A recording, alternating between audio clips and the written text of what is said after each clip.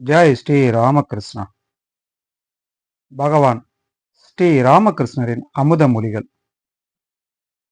சுவாமி, ஆன்மா உடலிலிருந்து வேறுபட்டது என்பதற்கு என்ன நிரூபணம் உள்ளது?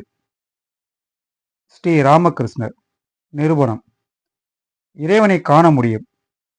தவம் செய்தால் அவரது அருளால் அவரது தரிசனம் கிடைக்கிறது.